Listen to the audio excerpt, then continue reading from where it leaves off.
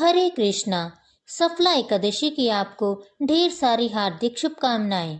आज की इस वीडियो में हम आपके लिए सफला एकादशी की पुरानी कथा लेकर आए हैं, इसलिए कृपया वीडियो को अंत तक जरूर देखिएगा। पुरानी कथा के अनुसार एक आलसी लेकिन भोला भाला युवक था जिसका नाम था श्याम। दिन भर कोई काम नहीं करता था, बस खाता ही रहता और सोता ही रहता था। घर वाले परेशान होकर श्याम से कहते हैं, तुम निकल जाओ मेरे घर से, कोई काम धाम तो करते नहीं हो, बस यूं ही सारा दिन पड़े रहते हो। घर वालों की बात सुनकर श्याम घर से निकलकर यूं ही भटकते हुए एक आश्रम में जा पहुंचा। वहां उसने देखा कि एक गुरुजी हैं। उनके शिष्य कोई काम नहीं करते, बस मंदिर की पूजा करते हैं। उसने मन में सोचा, यह तो बढ़िया काम है, कोई काम धाम नहीं, बस पूजा ही तो करना है। गुरुजी के पास जाकर पूछा, क्या मैं यहाँ रह सकता हूँ? गुरुजी बोले, हाँ हाँ क्यों नहीं, लेकिन मैं कोई काम नहीं कर सकता हूँ गुरुजी। कोई काम नहीं करना है, बस पूजा ही करनी होगी। तब श्याम कहता है, ठीक है, वह तो मैं कर लूंगा। अब श्याम महाराज आनंद में रहने लगे। ना कोई काम ना कोई धाम, बस सारा दिन खाते रहो और प्रभु भक्ति में भजन गाते रहो। एक महीना भर हो गया। फिर एक दिन आई एकादशी। उसने रसोई में जाकर देखा, खाने की कोई तैयारियां नहीं थी। उसने जाकर गुरुजी से पूछा, आज खाना नहीं बनेगा क्या? गुरुजी ने कहा, नहीं नहीं, आज तो एकादशी है, सबका उपवास है और तुम्हारा भी उपवास है। उसने कहा, नहीं गुरुजी, अगर हमने उपवास कर लिया तो कल का दिन ही नहीं देख पाएंगे। हम नहीं कर सकते उपवास, हमें तो भूख लगती है। आपने पहले क्यों नहीं बताया? गुरुजी ने कहा, ठीक है, तुम ना करो उपवास, पर खाना भी तुम्हारे लिए कोई और नहीं बनाएगा, तुम्हें खुद को ही खाना बनाना होगा। मरता क्या ना करता, गया रसोई में। गुरुजी फिर आए, देखो, अगर तुम खाना बना लो तो सबसे पहले राम जी को भोग जरूर लगा लेना और नदी के उस पार जाकर रसोई बना लो। उसने कहा, ठीक है। लकड़ी, आटा, तेल, घी, सब्जी लेकर श्याम महाराज चले गए। जैसा तैसा खाना भी बनाया, खाने लगा तो याद आया, गुरुजी ने कहा था कि राम जी को भी भोग लगाना है। वह भजन गाने लगा, आओ मेरे राम जी, भोग लगाओ जी, प्रभु राम आइए, श्री राम आइए, मेरे भोजन का भोग लगाइए। थोड़ी देर हो गई पर कोई नहीं आया तो बेचैन हो गया कि यहाँ तो भूख लग रही है और राम जी आ भी नहीं रहे। भोला मानस जानता नहीं था कि प्रभु साक्षात तो आएंगे नहीं, पर गुरु जी की बात मानना भी जरूरी था। फिर उसने कहा, देखो प्रभु जी, मैं समझ गया कि आप क्यों नहीं आ रहे हैं। मैंने रूखा सूखा बनाया है और आपको तरमाल खाने की आदत है, इसलिए नहीं आ रहे हैं। तो सुनो प्रभु, आज वहां भी कुछ नहीं बना है, सबकी एकादशी है, खाना हो तो यह भोग ही खा लो। तब श्री राम अपने भक्त की सरलता पर बड़े मुस्कुराए और माता सीता के साथ प्रकट हो गए। भक्त सोच में पड़ गया, गुरुजी ने तो कहा था कि राम जी आएंगे, पर यहाँ तो सीता माता भी आ गई और मैंने तो भोजन बस 2 लोगों का बनाया है। चलो कोई बात नहीं, आज इन्हें ही खिला देते हैं। तब श्याम बोला, प्रभु, आज तो मैं भूखा ही रह गया, लेकिन मुझे आप दोनों को देखकर बड़ा अच्छा लग रहा है। लेकिन अगली एकादशी पर ऐसा ना करना, पहले बता देना कि कितने जन आ रहे हो और हाँ, थोड़ा जल्दी आ जाना। राम जी उसकी इस बात पर बड़े मुद्दित हुए, प्रसाद ग्रहण करके चले गए। अगली एकादशी तक यह भोला मानस सब कुछ भूल गया। उसे लगा प्रभु ऐसे ही आते होंगे और प्रसाद ग्रहण करते होंगे। फिर अगले महीने फिर एकादशी आई। गुरुजी से कहा, मैं चला अपना खाना बनाने, पर गुरुजी थोड़ा ज्यादा अनाज लगेगा, वहां 2 लोग और आते हैं। गुरुजी मुस्कुराए कि भूख के मारे बावला हो रहा है।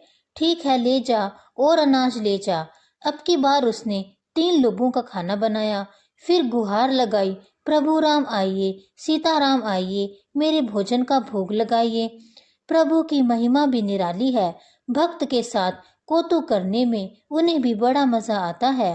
इस बार वे अपने भाई लक्ष्मण, भरत, शत्रुघ्न और हनुमान जी को लेकर आ गए। भक्त को चक्कर आ गए। यह क्या हुआ? एक का भोजन बनाया तो दो आए, आज दो का ज्यादा खाना बनाया तो पूरा खानदान आ गया। लगता है आज भी भूखा ही रहना पड़ेगा। सबको भोजन करवाया और बैठे बैठे देखता रहा। अनजाने में ही उसकी भी एकादशी हो गई। फिर अगली एकादशी आने से पहले गुरुजी से कहा, गुरुजी, ये आपके प्रभु राम जी अकेले क्यों नहीं आते? हर बार कितने सारे लोग ले आते हैं, इस बार अनाज ज्यादा देना। गुरुजी को लगा कहीं यह अनाज बेचता तो नहीं है, देखना पड़ेगा जाकर। भंडार में जाकर कहा, इसे जितना अनाज चाहिए दे दो, और छुपकर उसे देखने चल पड़े। इस बार श्याम ने सोचा, खाना पहले नहीं बनाऊंगा, पता नहीं कितने लोग आ जाएं, पहले बुला लेता हूँ फिर बनाता हूँ। फिर टेर लगाई, प्रभु राम आइए, श्री राम आइए, मेरे भोजन का भोग लगाइए। सारा राम दरबार मौजूद। इस बार तो हनुमान जी भी साथ आए, लेकिन यह क्या, प्रसाद तो तैयार ही नहीं था। भक्त ठहरा भोला भाला, बोला, प्रभु इस बार मैंने खाना नहीं बनाया। प्रभु ने पूछा क्यों? तो बोला, मुझे मिलेगा तो नहीं, फिर क्या फायदा बनाने का, आप ही बना लो और खुद ही खा लो। राम जी मुस्कुराए। सीता माता भी गदगद हो गई उसके मासूम जवाब से। लक्ष्मण जी बोले, क्या करें प्रभु?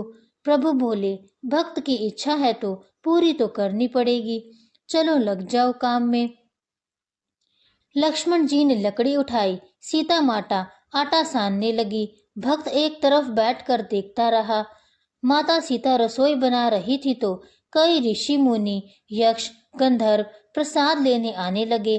इधर गुरुजी ने देखा खाना तो बना नहीं, भक्त भी एक कोने में बैठा है।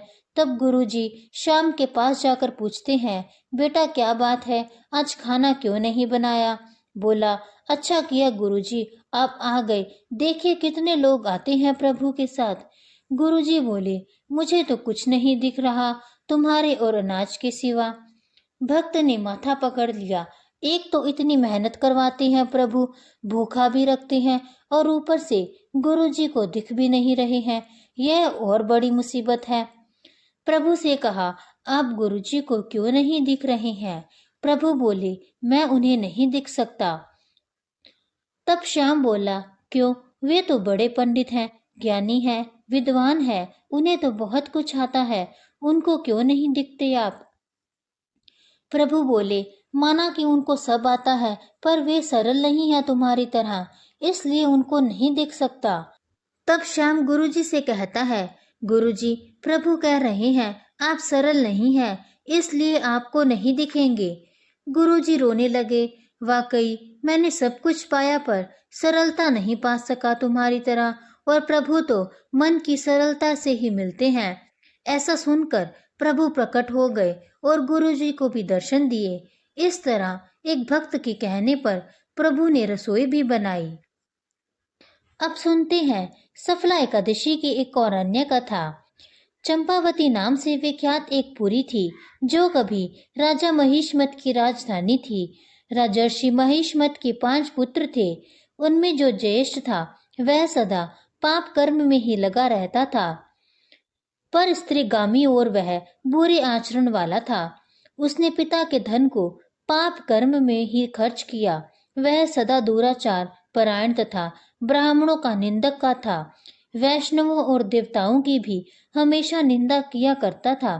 अपने पुत्र को ऐसा देखकर महिष्मात ने राजकुमारों से उसका नाम लुम्बक रख दिया। फिर पिता और भाइयों ने मिलकर उसे राज्य से बाहर निकाल दिया। लुम्बक उस नगर से निकलकर एक वन में चला गया। वहीं रहकर उस पापी ने समूचे नगर का धन लूट लिया। एक दिन जब वह चोरी करने के लिए नगर में आया तो रात में पहरा देने वाले सिपाही ने उसे पकड़ लिया, किंतु जब उसने अपने आप को महिष्मत का पुत्र बताया तो सिपाहियों ने उसे छोड़ दिया। फिर वह पापी वन में लौट आया और मांस तथा वृक्षों के फल खाकर निर्वाह करने लगा। उस दुष्ट का विश्राम स्थान पीपल के नीचे था। वहां बहुत वर्षों का पुराना पीपल का वृक्ष था। उस वन में वह वृक्ष एक महान देवता माना जाता था। पाप बुद्धि लुम्बक वहीं निवास करता था। बहुत दिनों के पश्चात एक दिन किसी संचित पुण्य के प्रभाव से उसके द्वारा एकादशी के व्रत का पालन हो गया। पोष मास में कृष्ण पक्ष को दशमी के दिन पापी लुम्बक ने वृक्षों के फल खाए और वस्त्रहीन होने के कारण रात भर जाड़े का कष्ट भोगा। उस समय ना तो उसे नींद आई और ना ही आराम मिला। वह निष्माण सा ही रहा था। सूर्योदय होने पर भी उस पापी को होश नहीं हुआ। सफला एकादशी के दिन भी लुम्बक बेहोश पड़ा रहा। दोपहर होने पर उसे चेतना प्राप्त हुई। फिर इधर उधर दृष्टि डालकर वह आसन से उठा और लंगड़ों की भांति पैरों से बार बार लड़खड़ाता हुआ वन के भीतर गया। वह भूख से दुर्बल और पीड़ित हो रहा था। राजन, उस समय लुम्बक बहुत से फल लेकर ज्यों ही विश्राम स्थान पर लौटा, त्यों ही सूर्य देव अस्त हो गए। तब उसने वृक्ष की जड़ में बहुत से फल चुने और निवेदन करते हुए कहा, इन फलों से लक्ष्मीपति भगवान विष्णु संतुष्ट हो। यूं कहकर लुम्बक ने रात भर नींद भी नहीं ली। इस प्रकार अनायास ही उसने इस व्रत का पालन कर लिया। उस समय सहसा आकाशवाणी हुई, राजकुमार, तुम सफला एकादशी के प्रसाद से राज्य और पुत्र प्राप्त करोगे। बहुत अच्छा कहकर उसने यह वरदान स्वीकार कर लिया। इसके बाद उसका रूप दिव्य हो गया। तब से उसकी उत्तम बुद्धि भगवान विष्णु के भजन में लग गई। दिव्य आभूषणों की शोभा से संपन्न होकर उसने राज्य प्राप्त किया और 15 वर्षों तक वह उसका संचालन करता रहा। उस समय भगवान श्री कृष्ण की कृपा से उसके मनोज्ञ नामक पुत्र उत्पन्न हुआ। जब वह बड़ा हुआ तब लुम्बक ने तुरंत ही राज्य की ममता छोड़कर उसे पुत्र को सौंप दिया और वह भगवान श्री कृष्ण के समीप चला गया, जहाँ जाकर मनुष्य कभी शोक में नहीं पड़ता। राजन, इस प्रकार जो सफला एकादशी का उत्तम व्रत करता है वह इस लोक में सुख भोग कर मरने के पश्चात मोक्ष को प्राप्त होता है। संसार में वे मनुष्य धन्य है जो सफला एकादशी के व्रत में लगे रहते हैं। उन्हीं का जन्म सफल है। इसकी महिमा को पढ़ने सुनने तथा इसके अनुसार आचरण करने से मनुष्य को राजसूय यज्ञ का फल मिलता है। इसी के साथ सफला एकादशी की कथा समाप्त होती है। अगर आपको आज की यह कथा पसंद आई हो तो कमेंट्स में जय श्री हरि, जय विष्णु भगवान की जरूर लिखें और इस वीडियो को लाइक करें, सबके साथ शेयर करें और मेरे चैनल को सब्सक्राइब जरूर कीजिएगा। धन्यवाद।